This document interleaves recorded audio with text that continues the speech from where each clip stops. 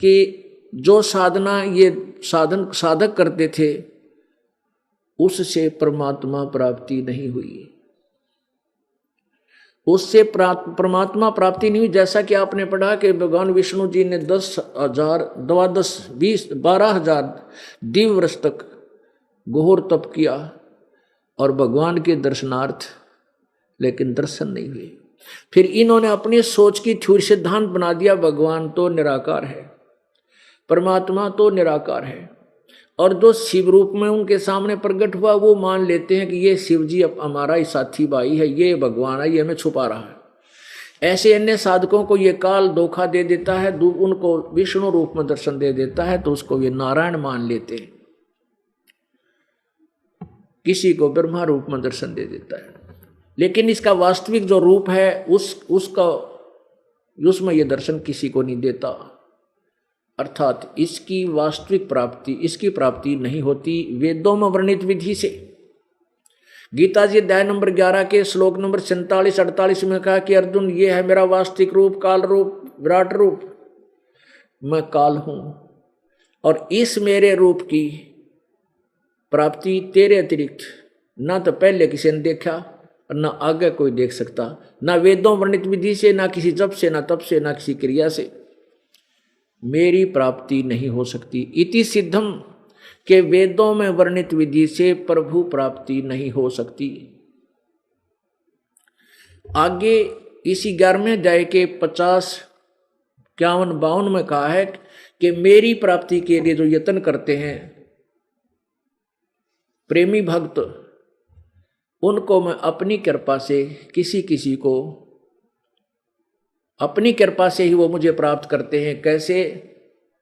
जैसे किसी को शिव रूप में दर्शन दे दिए, किसी को किसी रूप में, और जैसे ब्रह्मा विष्णु महेश को विमान में बैठाकर ऊपर दिखा दिए दूर से, एक ब्रह्मा और देखा, एक विष्णु और देखा, एक शिव और देखा, कहते ऐसे प्राप्ति मेरी उनको सुलभ है जो मेरे अनन्य भक्त हैं। लेकिन यथार्थ ज्ञान ये किसी को नहीं देता। तो पुण्यात्माओं, जब परमात्मा कबीर देव जी यहां पर आते हैं, इस अज्ञान सिद्धांत के आधार पर कि परमात्मा निराकार है, हम परमात्मा को नहीं पहचान पाते, और परमेश्वर स्वयं कहते हम ही अलग हला है, कुतुब गोश और पीर, गरीबदास खालिक दनी हमरा नाम कबीर। ए स्वामी सृष्टा में और सृष्टि हमरे तीर, दास करीब अधर बसूं अवगत सत कबीर। अब परमात्मा आकर कहते थे कि मैं ही सृष्टा हूं, सारी सृष्टि का रचनहार हूं, और सारी सृष्टि मेरे आधार है। अनंत कोट ब्रह्मांड का एक रति नहीं भारे, सतगुरु पुरुष कबीर हैं ये कुल के सिरजनहार। और वही परमात्मा खुद कह रहे हैं कि मैं सृष्टा और सृष्टि मेरे तीर, मेरे आधार है, और दास गरीब अधर बसूं। कबीर जी कहते हैं कि कह कबीर मैं ऊपर रहता हूं, सतलोक में बसता हूं, मैं अवगत सत कबीर, अवगत गुप्त हूं, जिसकी सतीति से कोई परिचित नहीं है, मैं वो सत्य कबीर हूं, अविनाशी कबीर हूं। लेकिन ये बात, ये ज्ञान देने वाले केवल एक परमात्मा, और अज्ञान अंधेरा छाने वाले लाखों और करोड़ों। जिस कारण से परमात्मा को नहीं पहचान पाए अभी तक, परमेश्वर ने काल के साथ वायदा किया था। जब परमात्मा कबीर जी सर्वप्रथम यानी सतयुग के अंदर अपने पुत्र सहजदास, कभी जोगजीत, कभी अचिंत, कभी ज्ञानी का रूप धारण करके इस काल के लोक में प्रवेश करते हैं। तो काल उस समय तपतशिला के ऊपर 1,00,000 मानव श्रीधारियों को भूना जा रहा होता है। परमात्मा वहां आकर खड़े हो जाते हैं और परमेश्वर की उपस्थिति में वो तपतशिला की अग्नि उन तपतशिला पर डाले हुए जीवों को, प्राणियों को, उनको तपत लगनी बंद हो जाती है, लेकिन टुकड़ी वो तपतशिला ज्यों की त्यों गर्म होती है। जब उनकी गर्म, उनको वो जैसे तड़प रहे थे, गर्मी में उबल रहे थे, और जिस समय वो तपत बंद हो गई उनको लगनी परमात्मा की कृपा से, तो वो बैठ गए उस तवे के ऊपर, तई के ऊपर, और सामने देखा वो चंद्रमा सा चेहरा कबीर भगवान का, पूर्ण परमात्मा।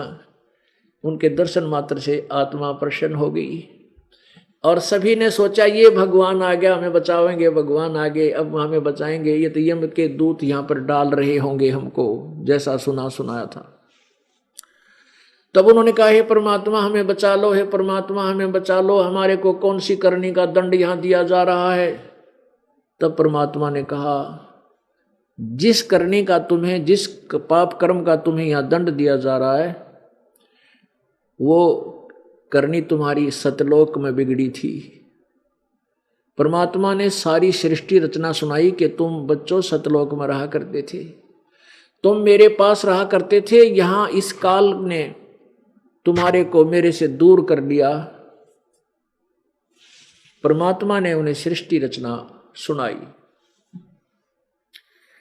सृष्टि रचना कैसे है कि परमात्मा, कबीर जी, कबीर देव सबसे पहले सदा से अनामी लोक में, अकय लोक में अकेले रहते थे।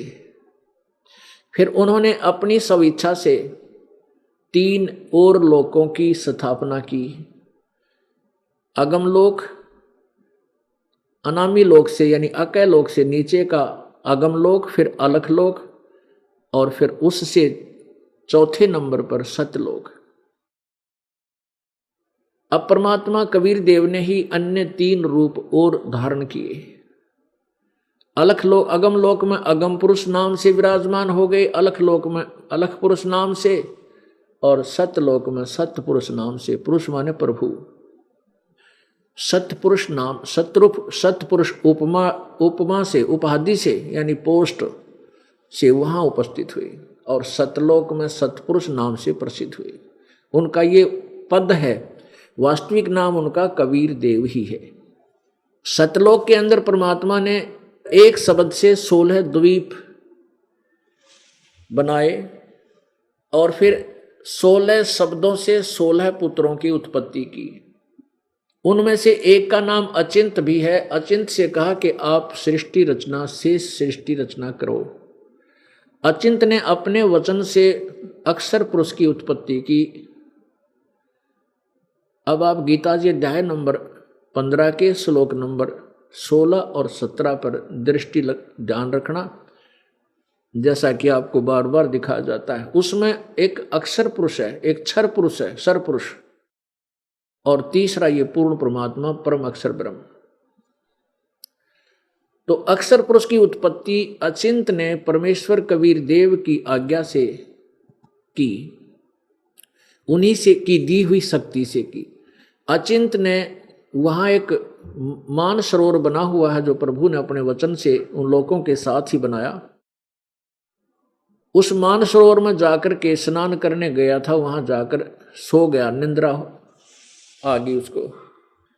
वहां श्वासों से शरीर नहीं है सतलोक में।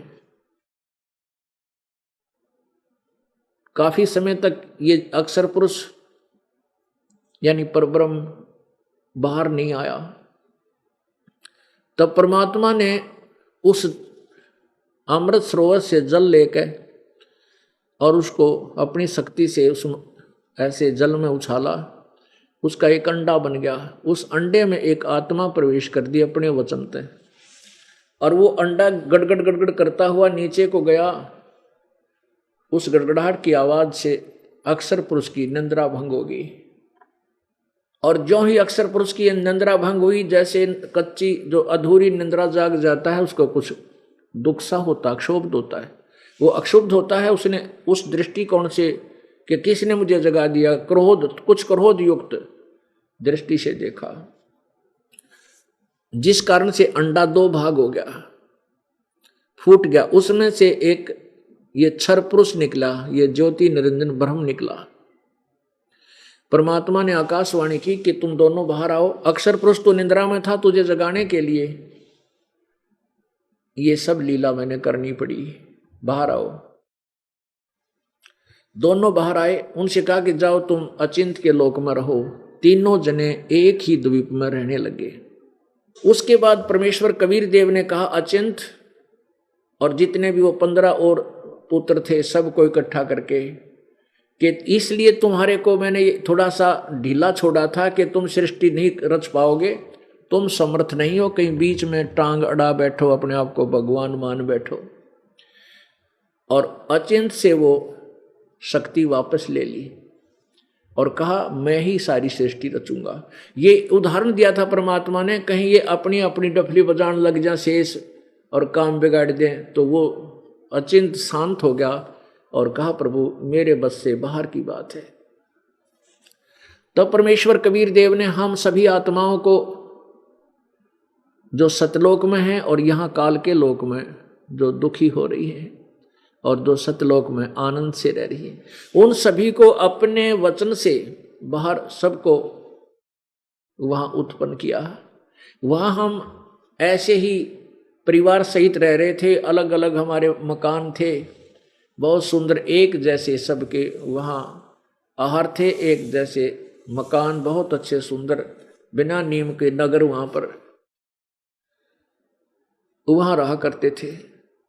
कुछ समय के बाद इस ज्योति निरंजन जो क्षर पुरुष, इसके मन में एक ओछी सोच जागृत हुई।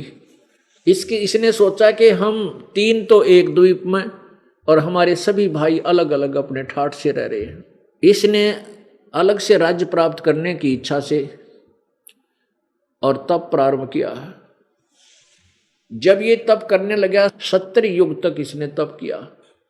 जब ये 70 युग तप कर रहा था उस समय हम क्यों फंस गए यहाँ पर, हम सभी इस ज्योति निरंजन काल के उस तप के एक्टिंग से प्रभावित हो गए और इसको दिल से चाहने लगे कि देख कितना तप कर रखा, जो हो कितना सुंदर है। क्यों ये भी तेजों में और सुंदर शरीर था इसका। ये बाद में इसका विकराल रूप हुआ जब इसको श्राप मिल गया। परमेश्वर ने आकाशवाणी की तुम इस ज्योति निरंजन की क्रिया को मत देखो, आप मस्त रहो, ये अच्छा काम नहीं है। हम ऊपर से तो सावधान हो गए लेकिन अंदर से चाह नहीं गई, उस ज्योति निरंजन को हृदय से चाहने लगे। हम अपने पिता से विमुख हो गए, जिसने हमें वहां सब सुख दिया था। ना कोई मृत्यु थी, ना बुढ़ापा था, ना कोई काम करने को था। सुंदर सदाबहार बाग बगीचे के बहुत सुंदर मेवा वहां पर सदाबहार रहती हैं और कोई राग द्वेष लड़ाई झगड़ा वहां कुछ नहीं था। हम उस परमात्मा जो सर्व सुखदाई सुख सागर, उससे विमुख होकर इस काल ने चाण लागे ज्योति निरंजन ने। जब इसने 70 युग तप कर लिया तो परमेश्वर ने पूछा कि अभी क्या मांगता है, क्या चाहता है तू ज्योति निरंजन। इस काल भगवान ने, क्षर पुरुष ने, ज्योति निरंजन ने कहा कि पिताजी ये स्थान मेरे लिए कम है, मुझे अलग स्थान दे दो, अलग खुले स्थान में रहना चाहता हूं। तो परमात्मा ने इसको 21 ब्रह्मांड दे दिए। जैसे एक साहूकार पिता अपने पुत्र को 21 प्लाट दे दे खाली बगैर कंस्ट्रक्शन के। इसने 21 ब्रह्मांड प्राप्त करके निरंजन फूला नहीं समावे, कभी उस प्लाट में देख घूमकावे, कभी उस प्लाट में सैर सपट्टे करे। फिर इसने सोचा इसमें कुछ कंस्ट्रक्शन होनी चाहिए। उसके लिए फिर तपस्या की 70 युग। तो परमात्मा ने पूछा क्या मांगता है तू। इसने प्रार्थना की परमात्मा कुछ कंस्ट्रक्शन मटेरियल दे दो ताकि मैं अपनी प्लाटों में रचना कर सकूं। परमेश्वर ने इसको 3 गुण 5 तत्व ये दे दिए। अगले बेटा खेल खिलौना थे। अब इसने सोचा कि इसमें कंस्ट्रक्शन भी कर लूंगा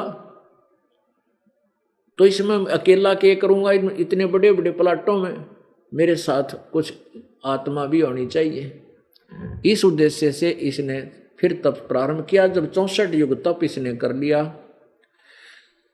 तब परमेश्वर ने कहा कि तूने जो मांगा था सरपुरुष वो मैंने तुझे दे दिया, अब क्या चाहता है? तो इसने कहा कि प्रभु हे पिताजी, मेरा अकेले का दिल नहीं लगता, मुझे कुछ आत्मा दे दो। परमेश्वर को पता था, परमेश्वर कबीर देव को पता था कि ये जितने भी इसके ऊपर आसक्त हैं ये पतिव्रता पद से गिर चुके हैं, ये इस सच्चे लोक में रहने लायक नहीं रहे, ये अपने पिता अपने पति से अपने मालिक से विमुख हो चुके हैं, पतिव्रता पद से गिर चुके हैं, अब ये यहाँ रहने योग्य नहीं रहे। लेकिन उधर से अपनी आत्मा है, चाहे कितनी बुरी होगी थी तो भी पिता अक्षमा करने की मूड में ही होता है। तो परमात्मा ने कहा भी देख बात सुन, ये सब मेरी आत्मा है, मेरे शरीर से निकली है और ये मैं अपनी आत्माओं को तेरे को नहीं दे सकता, तू घना दुखी करेगा इनको, तो इनको सताएगा।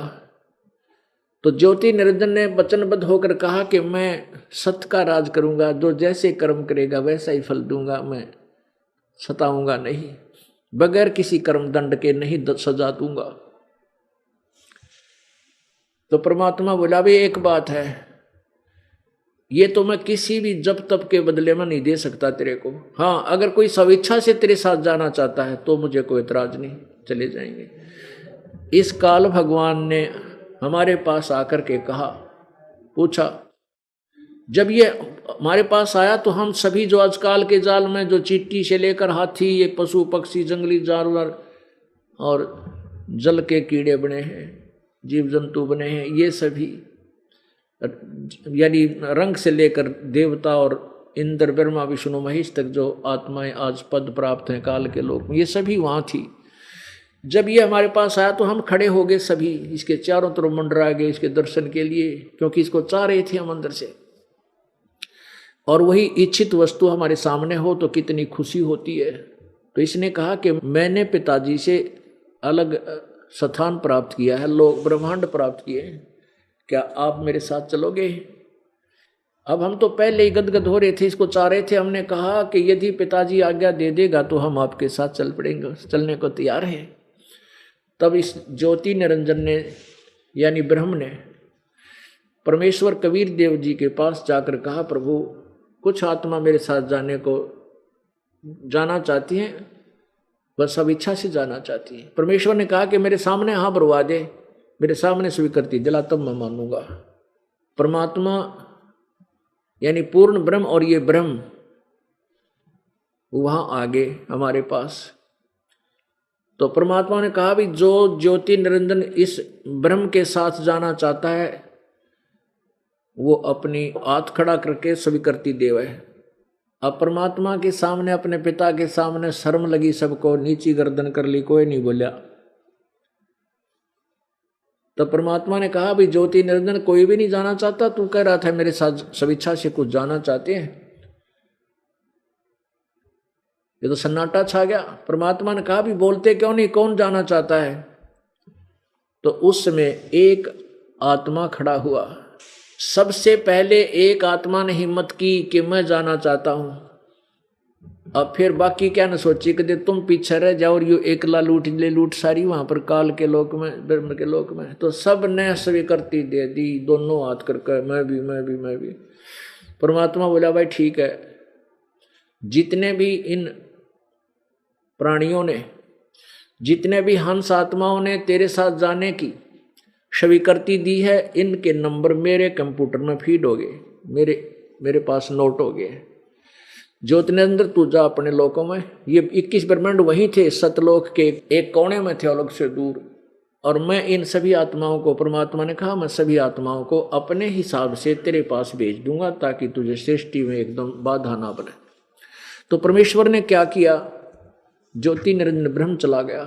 परमात्मा ने क्या किया कि उस जो सबसे पहले जिस हंस आत्मा ने स्वीकृति दी थी उसकी एक सुंदर युवा लड़की बना दिया, लेकिन उसको प्रजनन इंद्रिय नहीं लगाई।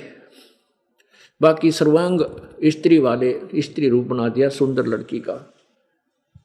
और हम सभी आत्माओं को सूक्ष्म रूप बनाकर, सूक्ष्म रूप ऐसा होता है जो हवा में जीव घूमते हैं लेकिन हम नहीं देख सकते, दूरबीन से देखे जाते हैं, उससे भी सूक्ष्म दूरबीन भी नहीं देख सकती, इतने सूक्ष्म रूप में बीज है, बीज रूप में है आत्मा।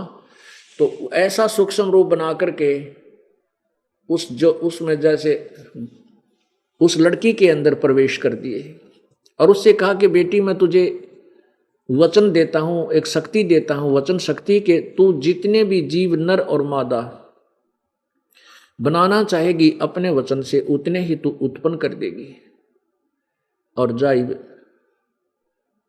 उस ज्योति निरंजन के पास जा, अपने पुत्र सहज दास को भेज दिया, साथ उस लड़की को सतलोक उस निरंजन के पास छोड़ आने के लिए। अब सहज दास उस युवा लड़की को, अपनी बहन को लेकर के ज्योति निरंजन के पास गया और ज्योति निरंजन को जाके बताया कि पिताजी ने सभी आत्माओं को इस बहन के शरीर में प्रवेश कर दिया और इसको वचन दे दिया है कि जितने भी जीव तू कहेगा ये उत्पन्न कर देगी, नर और मादा। यूं कहकर के सहज दास वापस आ गया, लड़की को वहीं छोड़ा।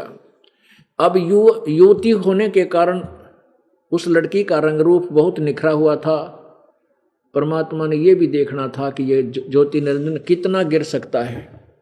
अब ज्योति निरंजन के मन में विषय वासना उत्पन्न होगी, गंदे विचार उत्पन्न होने लगे। उसने दुर्गा के साथ अभद्र व्यवहार शुरू किया। वो लड़की प्रकृति देवी दुर्गा इस नाम से आगे चलकर प्रसिद्ध हुई। उसको आधी माया भी कहते हैं, अध्या। अब इस प्रकृति देवी के साथ उसने दुर्व्यवहार करना शुरू किया। किसने? ज्योति निरंजन काल ने, ब्रह्म ने।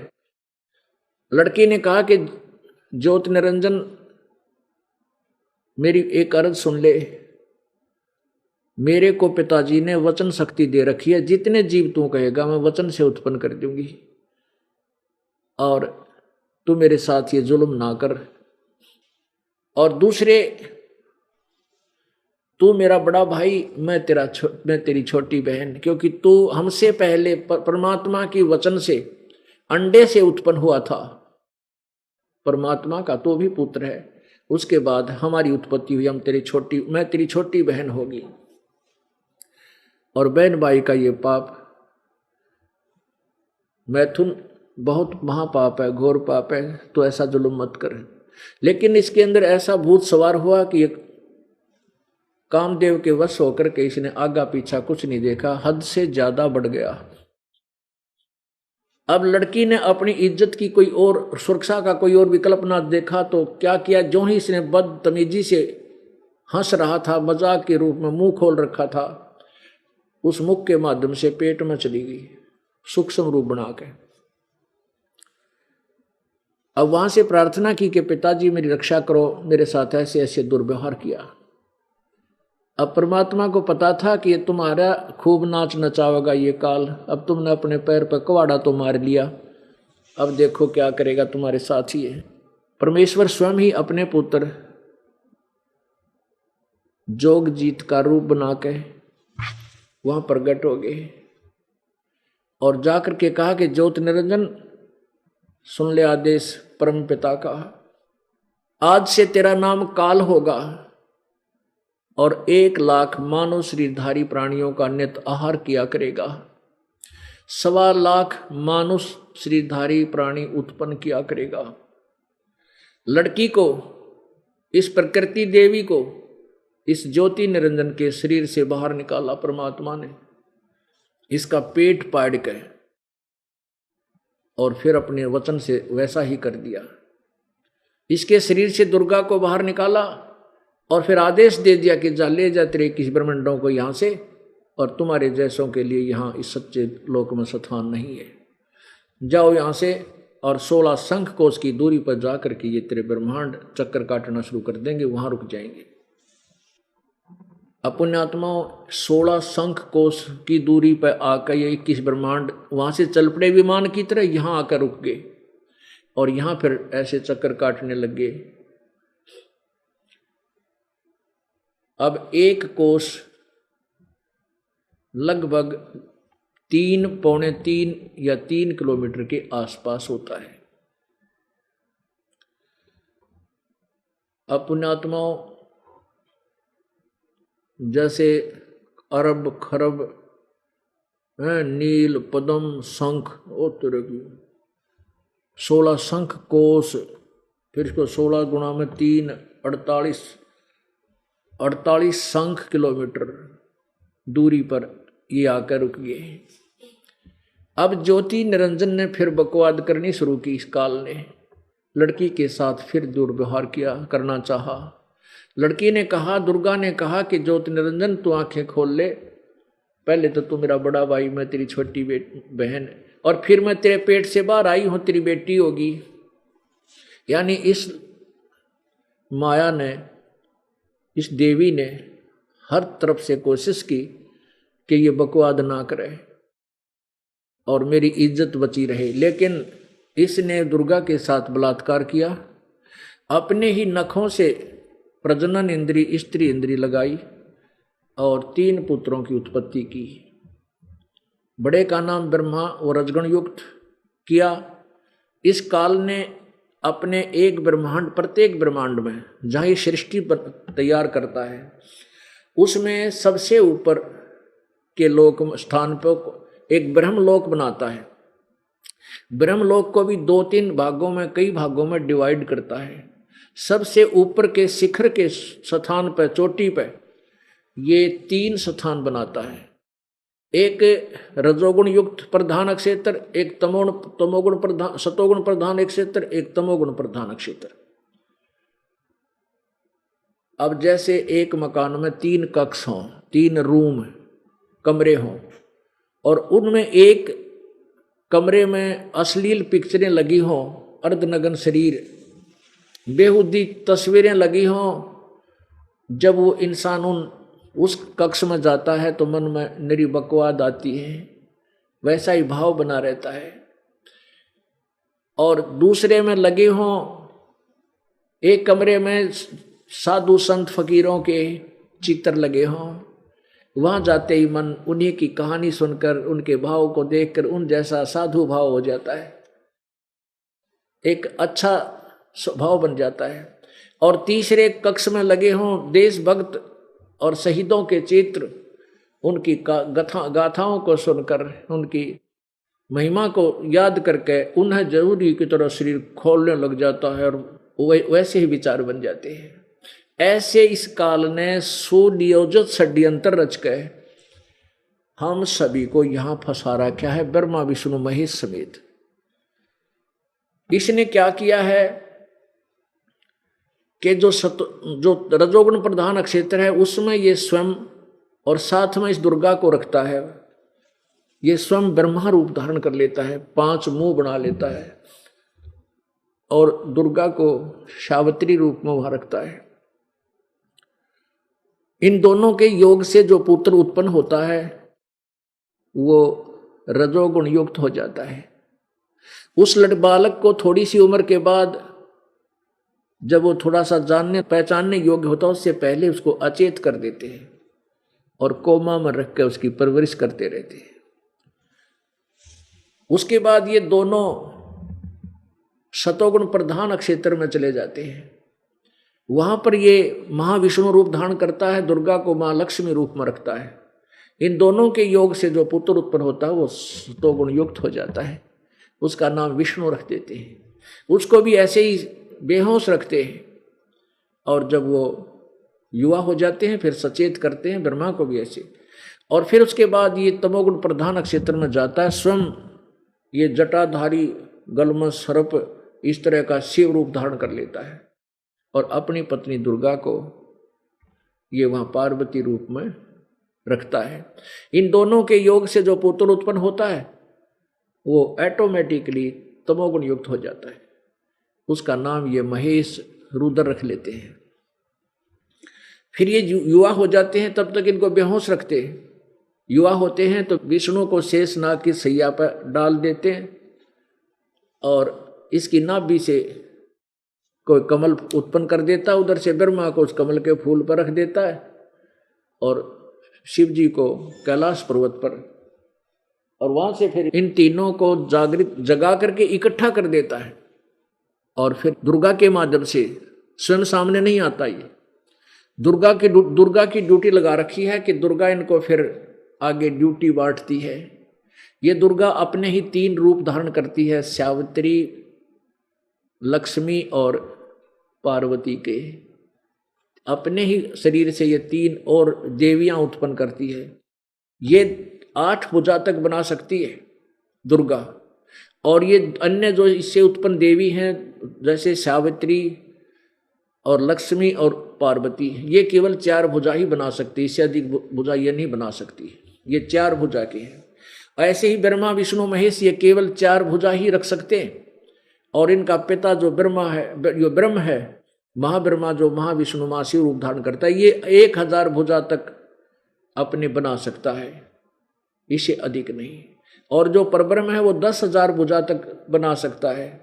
और परमात्मा असंख्य भुजा युक्त है, वो पूर्ण ब्रह्म, वो असंख्य भुजाएं भी बना सकता है। यानी असंख्य भुजा माने ताकत का प्रतीक है। जैसे एक तो 5 हॉर्स पावर की मोटर हो, एक 10 की, एक 20 की, एक थर्मल प्लांट। तो ऐसे परमात्मा जो है वो अमित ओजा, जिसकी शक्ति का कोई वार पार नहीं, वो कबीर देव है। कबीर, अमित ओजा, इन तीनों का ब्याह कर देती है दुर्गा। इनको एक एक राजधानी दे दी जाती है। विष्णु को विष्णुलोक, शिव को शिवलोक और ब्रह्मा को ब्रह्मालोक। वहां बैठ करके ये तीनों देवता इस पृथ्वीलोक, स्वर्गलोक और पाताल लोक के 3 प्राणियों के एक एक विभाग पर कंट्रोलर होते हैं। ब्रह्मा के अंदर वो गुण है रजोगुण, जिसके प्रभाव से ये सब जीव सृष्टि यानी बच्चे उत्पन्न करते हैं विवश होकर के। और विष्णु जी के अंदर से निकल रहा जो सतोगुण की शक्ति पावर से प्रभाव से सभी एक दूसरे में प्यार करते हैं। बेटा बेटी का, माता पिता में, भाई बहन में, पति पत्नी में, बच्चों में, अपनी संपत्ति संतान में जो मोह है, ये सतोगुण का प्रभाव है, विष्णु जी से निकल रहे, विष्णु जी की शक्ति का। और तमोगुण जरा सी बात में लट्ठम लट्ठा, ये भगवान विष्णु शिव के अंदर से निकल रहे उस तमोगुण का प्रत्येक प्राणी पर प्रभाव है। तो पुण्यात्मा, ये सृष्टि रचना आपको सुनाई दास ने वर्बली। जो वो तपस्या पे दुखी हो रहे उन प्राणियों को परमात्मा ने सुनाई। अब वहां तो उनके सारी समझ में आवे थी, क्योंकि उनको पता था कि जो साधना हम करते थे उससे हमें ये क्या मिला, तपस्या। वहाँ पर बड़े बड़े योगी भी थे, ऋषि महर्षि भी थे, वेदों के ज्ञाता भी थे, रोम नाम की साधक भी थे, हजारों वर्ष तपस्या करने वाले भी तपस्या पर भूने जा रहे थे। तो वहाँ तो उनके सारी समझ में आ गई जो भगवान बताया था। तब उन्होंने कहा कि परमात्मा हमें यहाँ से छुड़वा दो, सतलोक ले चलो। परमात्मा बोले नहीं, ऐसे नहीं होगा, मैंने इसको वचन दिया हुआ है। वो वचन कैसे दिया था? अब क्या हुआ कि ये परमात्मा ने कहा कि जब तुम कभी मनुष्य शरीर प्राप्त करो और मैं या मेरा कोई संत इस तत्व ज्ञान का कहीं प्रचार कर रहा हो, तुम उसको सहर्ष स्वीकार कर लेना और उसे उपदेश कर लेना, फिर मैं तुम्हें पार कर दूंगा।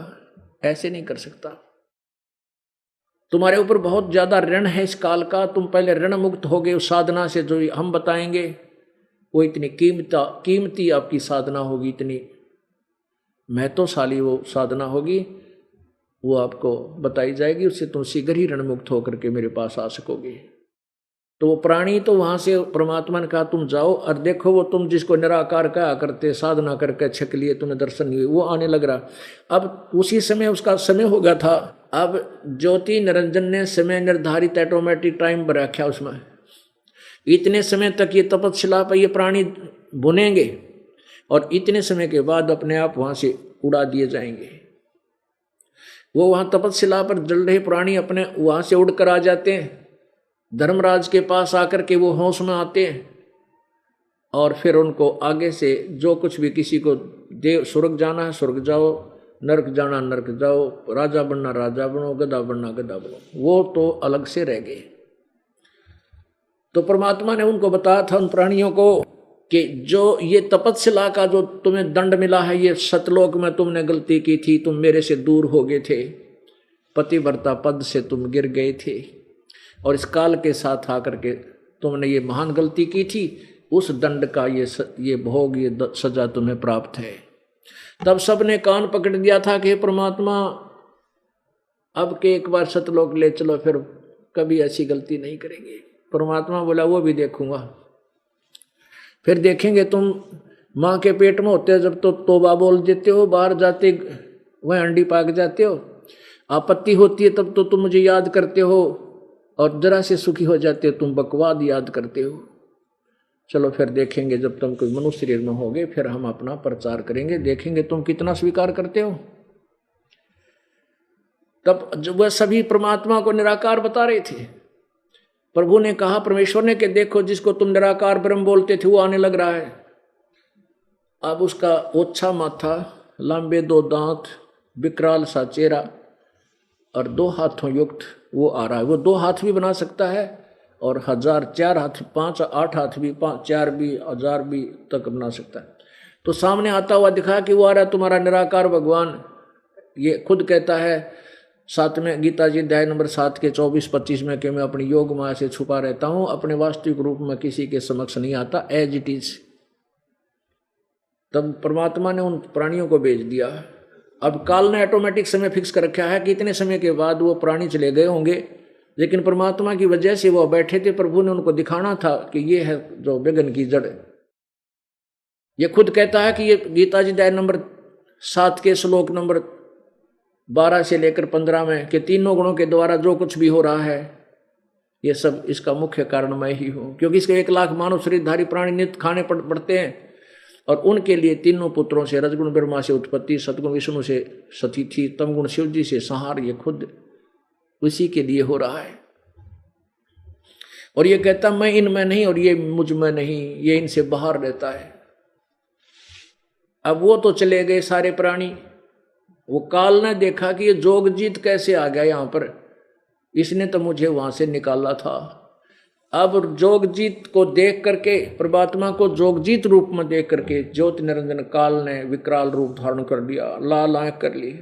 जो बोला जोगजीत वहां से तूने मुझे निकाला था, मैंने तेरे आगे बहुत हाथ जोड़े थे, मैंने मत निकाला है, आज तो मेरे लोक में क्यों आ गया? पहले तो मुझे ये बता दे भगवान का कोई संदेश लेकर आया है क्या? वो आदेश मुझे सुना दे, फिर मैं तुझे गढ़ूंगा। अब परमेश्वर खुद खड़े थे जोगजीत रूप में। जोगजीत रूप में जो परमात्मा ने कहा कि ज्योति निरंजन सुन ले आदेश परमपिता का, मैं नीचे के ब्रह्मांडों में जाऊंगा और तूने देख के दुर्गति कर रखी इनकी, कोई गधा बना रखा है, कोई गधी बना रखी, कोई कुत्ता, कोई कुतिया, किसी के हाथ कट गया, किसी कैंसर हो रही, किसी का कुछ हो रहा, और मैं जाकर के तेरे जाल का पोल खोलूंगा और उनको सच्चा ज्ञान बताऊंगा। इस बात को सुनते ही आंखें लाल कर ली और जोगजीत को मारने के लिए उसकी तरफ आक्रमण कर दिया। अब परमात्मा धर्मदास साहिब को आकर बता रहे हैं अपनी सृष्टि रचना। कहते हैं धर्मदास, जिस समय मेरे ऊपर काल ने अटैक किया, मैंने भाई सतनाम का सुमन श्वासों से शुरू कर दिया। सतनाम का जो श्वास का 2 अक्षर का मंत्र है, कहते हैं ये जो मैंने तुझे दिया है इसका जाप शुरू कर दिया मैंने। इसके प्रभाव से काल ऐसे गिर गया जैसे पक्षी के पांख कट जाया करें, पड़ा पड़ा तड़फ रहा होता है, इसकी मेरे ऊपर कुछ पार ना बसाई। जब इसने देख लिया कि जोगजीत के पास कोई अजब शक्ति भगवान की दी हुई है जो तेरे से वश से बाहर है, तब इसने मेरे पैर पकड़ दिए, चापलूसी का सहारा दिया। कहने लगा तू मेरा बड़ा भाई, मैं तेरा छोटा भाई, छोटे तक गलती करा करें, बड़े माफ करते हैं, मुझे क्षमा कर दो। पुण्यात्माओं, परमात्मा ने दयालु है, उनको कह दिया ठीक है, क्षमा कर दिया। पुण्यात्माओं, जैसे ही परमात्मा ने वैसे सिमरण की कोई जरूरत ना थी, सांस के सिमरण की, सतनाम की। हमें बता रहे हैं कि कभी तुम्हारे ऊपर ये काल या काल के दूत, ये पितर देवता अटैक करें, कोई किसी कारण पर स्थिति खराब होती दिखे, तो सतनाम का सुमन शुरू कर दियो, ये 1 किलोमीटर दूर खड़े पाओगे। ये आपको बता रहे हैं, हमें संदेश दे रहे हैं कि ये फार्मूला अपनाना तुम। तो ज्योति निरंजन ने कहा कि परमात्मा आप चले जाइयो, मैं कि नाटू हूं, आप तो जाओगे, संदेश है आपको भगवान का, आप चले जाना, पर एक काम करना, देखो एक वचनबद्ध हो जाओ। मेरे को श्राप लगा हुआ 1 लाख मानव शरीरधारी जीव खाने का, और आप उन सबको सच्चा रास्ता बता दोगे, वो सब चले जाएंगे, मैं भूखा मरूंगा। सतयुग आया हुआ है, सतयुग है अब, तो मुझे वचनबद्ध हो जाओ कि आप 3 युगों में जीव थोड़े ले जाना। हाँ, पहले परमात्मा से कहा कि तुम वचनबद्ध हो जा जोगजीत, मैं तेरे से कुछ मांगना चाहता हूं। अब प्रभु ने कहा कि मांग लेके मांगा, क्योंकि परमात्मा को पता था मेले में बालक के मांगा करे। पिताजी जब मेले में ले जा छोटे बच्चे ने, के मांगेगा? कोई कार मांग लिया खिलौने वाली है, कोई 100 ग्राम मिठाई खा लेगा, इस तो फालतू इसकी औकात ना। तो परमात्मा को पता था के मांगेगा, अकबर हो गया वचनबद्ध, मांग के मांगेगा। तब इसने कहा कि 3 युगों में जीव कम ले जाना, चौथा युग जब कलयुग आवे, तब तब शरण जीव बहु जावे, ऐसा वचन हर मोह दीजे, तब तुम संसार गवन कीजे। परमात्मा बोले भाई ठीक है, तथास्तु। 3 युगों में जीव मैं कम ले जाऊंगा, लेकिन चौथा युग जब कलयुग आओगा तब मैं अपने जीवों को ले जाऊंगा। दूसरा वचन इसने कहा था परमात्मा, जो मेरे ज्ञान को स्वीकार करे, जो मेरे संदेश वाहक संत गुरु जो मैं भेज रहा हूं, उनके ज्ञान को जो स्वीकार करे वो मेरा, और आपके ज्ञान को स्वीकार करे वो आपका। प्रभु धक्का ना करियो। परमात्मा बोले ठीक है, ये तो अंडरस्टूड है, जो जिसको, ये नियम है हमारा, जो जिसमें आस्था होगी उसी को प्राप्त होगा। और 1-2 और उसने प्रार्थना की थी कि ऐसे ऐसे होगा, वो भी आगे आने पर बताएंगे। अब इसका वो प्रसंग नहीं है, वो विषय नहीं है। जब काल ने देखा तेरा काम बन गया, वचनबद्ध हो गया, 3 युगों में जीव कम जाएंगे, बहुत ही नाम मात्र, और कलयुग में इन प्राणियों को, मनुष्यों को भक्ति योग नहीं रहने दूंगा। इतने गलत शास्त्र, गलत संत, नकली संत भेज कर तीर्थ, व्रत, मूर्ति, पत्थर, पहाड़ों की पूजा में, पानी तीर्थों की पूजा में लगा दूंगा, और इनके न्यारे नरे धर्म बनवा दूंगा,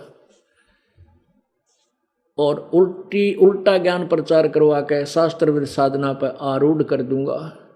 ज्यादातर नास्तिक हो जाएंगे कलयुग में, और गलत गुरु संत महर्षि भेज करके उल्टा ज्ञान प्रचार करवा दूंगा। और जिसमें ये जोगजीत आवेगा या उनका कोई संदेश वाहक आएगा, इस काल के न्योना जचरी के कब परमात्मा भी आते हैं यहाँ पे, यो पहचान ना पाता उसको। तो अगर इसने नो पता लग जा भगवान आ रहे हैं, जिसका कलजा पाट जा, हार्ट अटैक हो जा। इसलिए परमात्मा एक सिंपल रूप में ऐसे रहते हैं, किसी का भी ना जसदेव भगवान होंगे, इस रूप में वो प्रभु आ जाते हैं। तो तब इस काल ने कहा था कि जा जोगजीत बेशक जा नीचे। कल इसे मैंने ऐसी पट्टी पढ़ा दी है, अभी पढ़ा रखी है वैसे तो, और फिर तो और गणी पढ़ा दूंगा कलयुग में जब तू जाएगा, कि कोई भी तेरे इस यथार्थ ज्ञान को सुनने को तैयार नहीं होगा। तू कहेगा ब्रह्मा विष्णु महेश नासवान है, ये पूज्य योग ये पूर्ण परमात्मा नहीं है, इनकी पूजा से मोक्ष नहीं है, तेरा सिर फोड़ेंगे, इसे रंग दूंगा उनको रंग में। काल फिर खुश हो गया, क्यों बन गया काम इसका, गर्ज लिकड़ी बच्चा सुखी। क्या कहने लगा, 12 पंथ करूं मैं साजा, नाम तुम्हारा ले करूं आवाजा। 12 पंथ नाम जो ले ही, वो हमरे मुख आन समोही। 12 पंथ नकली शुरू कर दूंगा, कबीर पंथ, कबीर साहब, कबीर भगवान कहेंगे, ये 12 पंथ तो कबीर वाले। फिर कहते हैं और अनेक पंथ में चलाऊं, ओहो या विद जीव को भरमाऊं। ये और पंथ, ये राधा स्वामी पंथ, धन सदगुरु पंथ, ये बाल योगेश्वर वाले, ये हंसा देश वाले, निरंकारी वाले, और की तो देख लिया ब्रह्मा कुमारी वाले की तो ये, और दिव्य ज्योति वाले नर ने कितने चालू कर दिया। किसी के पास कैखे का ज्ञान नहीं है, अध्यात्म ज्ञान है, कोई आधार नहीं इन लोगों का। ये सब काल के चलाए हुए हैं। अब परमात्मा ने कहा था कि ये मेरा काम है, तू अपना काम कर लिए, जो तू करे फिर मैं आप देख लूंगा। अब पुण्यात्माओं के मन में ये शंका आती है कि भगवान ने ये 3 युगों में कम जीव ले जाने का क्यों वचन दे दिया। पुण्यात्माओं, सतयुग त्रेता द्वापर में वो पुण्य प्राणी जन्म लेते हैं जो पिछले जन्म के संस्कारी, अच्छे संस्कारी होते हैं। वो सभी भक्ति करते हैं। समाधि की आदत आदत डाल ले देता है कि सन देख ले, नो हट योग करें पाओगे, नो बैठ जाओ समाधि ला के। और सब इतने सुखी होते हैं सतयुग में कि लाखों वर्ष की आयु होती है, सुंदर शरीर होता है, और उसमें बहुत से ऐसे गुण होते हैं कि पिता से पहले पुत्र की मृत्यु नहीं होती, स्त्री विधवा नहीं होती, और बहुत सुंदर आहार, बाग बगीचे, बड़े सुंदर फल, अच्छा वातावरण, राग द्वेष बहुत कम। यानी कोई भी परमात्मा की भक्ति को जो वो कर रहे हैं उसको त्यागने को तैयार नहीं होता, और वो सारी शास्त्र विरुद्ध होती है। वो नहीं त्यागते क्योंकि वो पिछली बैटरी चार्ज है, उसके कारण वो सुखी है, और वो सोच रहे होते हैं कि जो साधना वर्तमान में मैं कर रहा हूं इससे मुझे लाभ है। और कलयुग में क्या होगा कि वो बैटरी कति डिस्चार्ज हो लेगी हमारी, और इतने दुखी हो जाएंगे। परमात्मा को पता था कलयुग में इनके ऊपर इतना पहाड़ टूटेगा पापों का। अब पुनों की मलाई तक कुछ स्वर्गमठ खाली, कुछ सतयुग त्रेता द्वापर में पुनों के कारण को अच्छे जन्म मिल गए। अब मनुष्य जीवन भी जो शेष को संस्कार था वो ऐसे दुखी है, चाहे यहाँ पर कितना भी कोई राष्ट्रपति है, चाहे प्रधानमंत्री है, चाहे कोई कितना अच्छा सेठ है, उसके कोई न कोई बीमारी ऐसी जबरदस्त चिपकी हुई है कि उसको टेंशन बड़ी है, या कोई और समस्या ऐसी पाओगी जो कभी किसी कारण से भी वो ठीक नहीं हो पा रही। तो परमात्मा कहते हैं जब मैं आऊँगा और ये सब पंथ चल लेंगे, ये अपनी कथा कहानी सुना के फाइनल कर लेंगे, और इनके द्वारा की गई पूजा से किसी को लाभ नहीं होगा, और फिर दास या तो खुद भगवान आते हैं या अपना दास भेज दिया। अब उन्हीं के द्वारा दिए गए उस मंत्र से ऐसा लाभ होता है, देखते रह जाते हैं। तो परमात्मा को पता था कि मेरी शक्ति वो अपरंपार है, जो मेरी शरण में इस सत्य नाम, सच्चे नाम का जाप करेगा हमारे संत से लेकर के, वो तुरंत सुखी होगा और डंडोरा पीट देगा विषयों के पास जा करके। तो ऐसे फिर मैं अपनी प्यारी आत्माओं को अपनी पहचान बनाकर अपने शरण में ले लूंगा। अब यहाँ मेरे पास बहुत ढेर सारे पत्थर रखे हैं जिन को सुख हुआ, और पहले कितने महादुखी थे। एक परिवार की कहानी सुनाने लग जाए तो एक पूरा दिन का सत्संग हो जावे, इतने सुख दिए भगवान ने। तो पुण्यात्माओं, परमात्मा ने स्वयं ही आना पड़ता है अपनी महिमा आप बताने के लिए। वो परमात्मा चारों युगों में आते हैं। सतयुग में सत्सुकृत नाम होता है प्रभु का, त्रेता में मुनिंदर नाम से, द्वापर में करुणामय नाम से, और कलयुग में अपने वास्तविक नाम कबीर देव से, कबीर प्रभु नाम से वो परमात्मा आते हैं। बोलो सतगुरुदेव की जय।